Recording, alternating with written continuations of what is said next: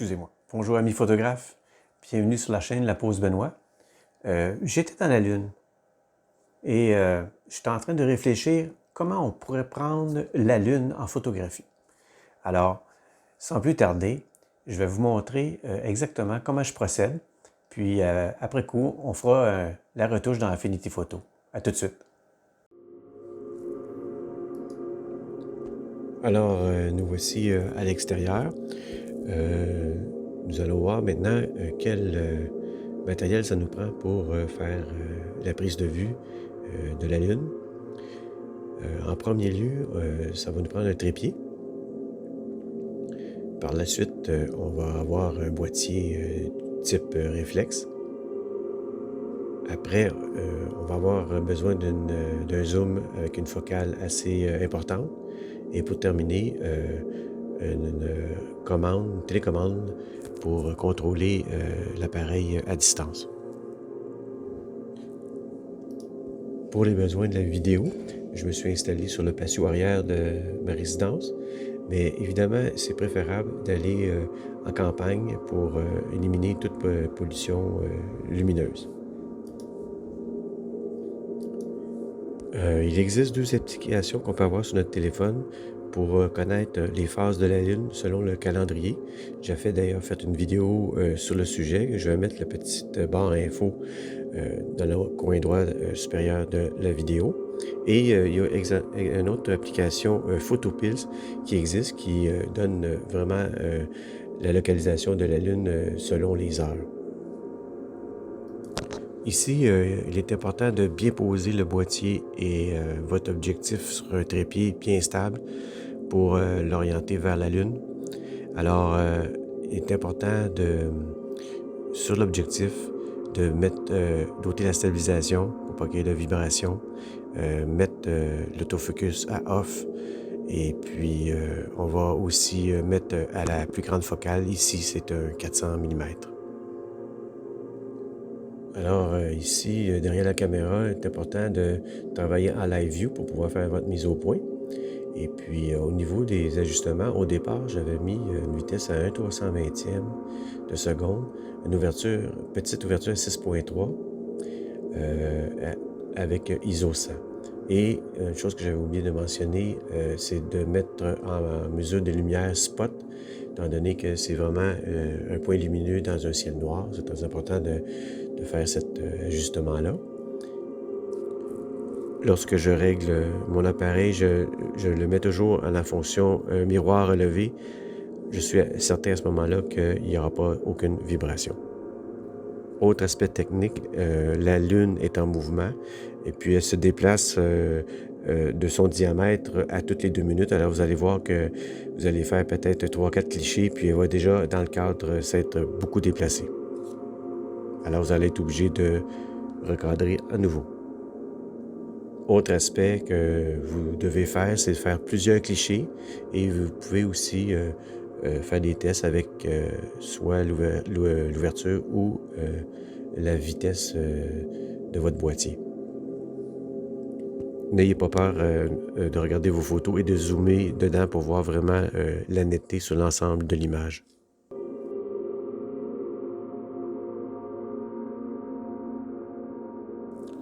Ici, j'ai obtenu l'image optimale en ayant un réglage à 1/160e de seconde, une ouverture f10 pour avoir une netteté parfaite. On va se retrouver maintenant dans Affinity Photo pour faire la retouche de la Lune. Alors, nous voici dans l'interface d'Affinity Photo. On voit présentement le cliché brut de pomme, comme dirait l'expression. En fait, dans le développe personnage, j'ai juste ajusté la luminosité et les tons foncés et rajouté un peu de détails. Mais à part ça, c'est pratiquement la photo qui sort du boîtier. Alors, il n'y a eu aucun recadrage. Là, dans cette situation-là, je vais opter pour un recadrage 1 pour 1 pour faire un format carré. Alors évidemment, on a photographié avec un APS-C, donc on va se rapprocher beaucoup de notre sujet. Je vais vous donner un exemple, là, ici vite fait. Alors, je m'en vais ici dans la barre d'outils, sélectionner recadrage. Et puis, dans le pré-réglage, je vais choisir, comme je disais, les proportions 1 pour 1. Par la suite, je vais ajuster mon recadrage.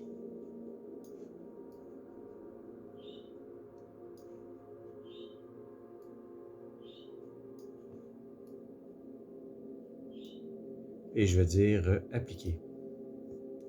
Là, on voit immédiatement qu'on s'approche de notre sujet. Donc, la photo était prise à 1,400, c'est-à-dire à 400 mm. Et puis, là, on va multiplier 400 mm par 1,5 pour le facteur crop chez Nikon. Alors, ça devient pratiquement 600 mm. Je pourrais encore recadrer le format carré pour me rapprocher encore plus de la Lune, mais c'est juste pour vous donner un exemple. Alors, à partir de cette photo de base, je vais appliquer des réglages, on va dire, qu'on applique souvent, le conventionnel. Je vais augmenter les contrastes, la luminosité pour faire ressortir comme il faut ma lune. Alors, l'objectif pour cette photographie-là, vu que je vais faire un traitement couleur, qui on s'entend qui n'est pas réaliste, mais je vais vouloir vraiment que ce soit très contrasté. Alors, ça va donner une photo en noir et blanc ici. Là, on voit que les parties, les anciennes mers de la Lune, on va dire, apparaissent de façon foncée sur la photographie. Et puis le reste, la surface lunaire apparaît un petit peu plus éclaircie. Puis ça nous donne une photo pas à 3 dimensions, mais quand même qui vient chercher un peu le relief. Alors, dans la prochaine étape, je vais vouloir colorer ma lune. Évidemment, c'est un choix très subjectif. C'est en réalité, ça sort de l'imagination du photographe. Alors, ici, dans les surfaces foncées, je vais lui donner une couleur un peu qui s'apparente aux océans de la Terre, avec une couleur un peu bleutée et puis un peu plus froide.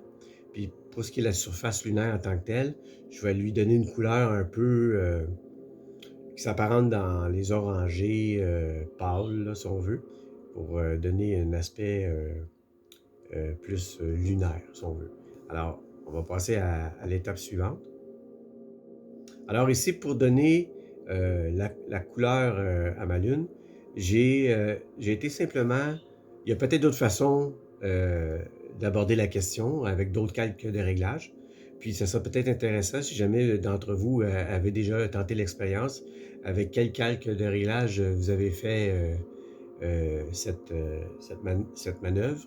Alors, je vais aller dans le menu calque ici.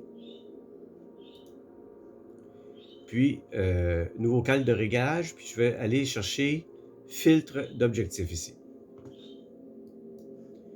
Alors, dans un premier temps, j'ai appliqué un filtre d'objectif avec, comme je disais, un bleu un peu océanique. Alors, je l'ai mis à 100%. Et après coup, ce que j'ai fait, dans le fond, c'est que je suis venu choisir ici dans la barre outils, l'outil de pinceau pour pouvoir appliquer le bleu aux endroits que je voulais. Petite chose en passant, lorsque j'applique la couleur, j'ai laissé certaines zones, ni plus ni moins en noir et blanc, pour encore accentuer un peu l'effet de relief. Alors, ici, évidemment, je ne veux pas appliquer le bleu sur l'ensemble de la Lune. Alors, j'ai créé un calque masque qui vient s'agencer sur le réglage filtre d'objectif pour le bleu des océans. Par la suite, j'ai fait la même chose pour la surface de la Lune. Encore une fois, un calque de réglage filtre d'objectif. Cette fois-ci, vous allez voir la couleur que j'ai choisie. Alors, pour choisir la couleur, on a juste à cliquer ici dans le petit rectangle. Et puis, j'ai choisi l'option teinte ici. Mais vous pouvez choisir la panoplie de curseurs au niveau des couleurs. Alors, moi, j'ai promené mon curseur ici pour choisir la couleur un peu ambrée, comme je disais tantôt, qui s'apparente, j'imagine, à la couleur, la surface lunaire en couleur, là, mais ça, je peux pas le déterminer. Puis, comme, le calque précédent pour les océans, ben là, je crée un masque et puis, je viens appliquer la couleur sur les surfaces, qui m'intéressent. Autre aspect aussi peut-être, pour, atténuer, les couleurs pour pas que ça soit trop punché. Alors j'ai réduit l'opacité de ces cales de réglage-là à 50 pour la couleur de la surface lunaire, puis pour les océans aussi, j'ai mis à 50 non, j'ai mis à 75. Et puis la dernière étape, qui me donne le résultat final, voilà.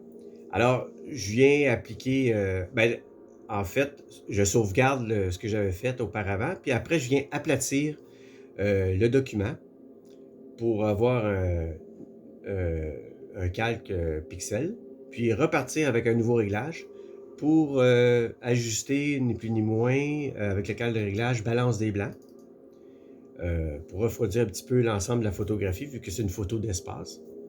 Puis, j'ai aussi, réglé un petit peu heu, au niveau de la teinte, au niveau, en direction des verts, à -12. Mais ça, c'est très subjectif. Vous y allez selon, votre feeling. Alors, c'est comme vous pouvez le constater, c'est pas plus compliqué que ça. J'aimerais savoir en commentaire si, vous avez déjà fait, la manip, d'une façon ou d'une autre. Alors, je vous remercie de votre attention et on se dit à la prochaine fois.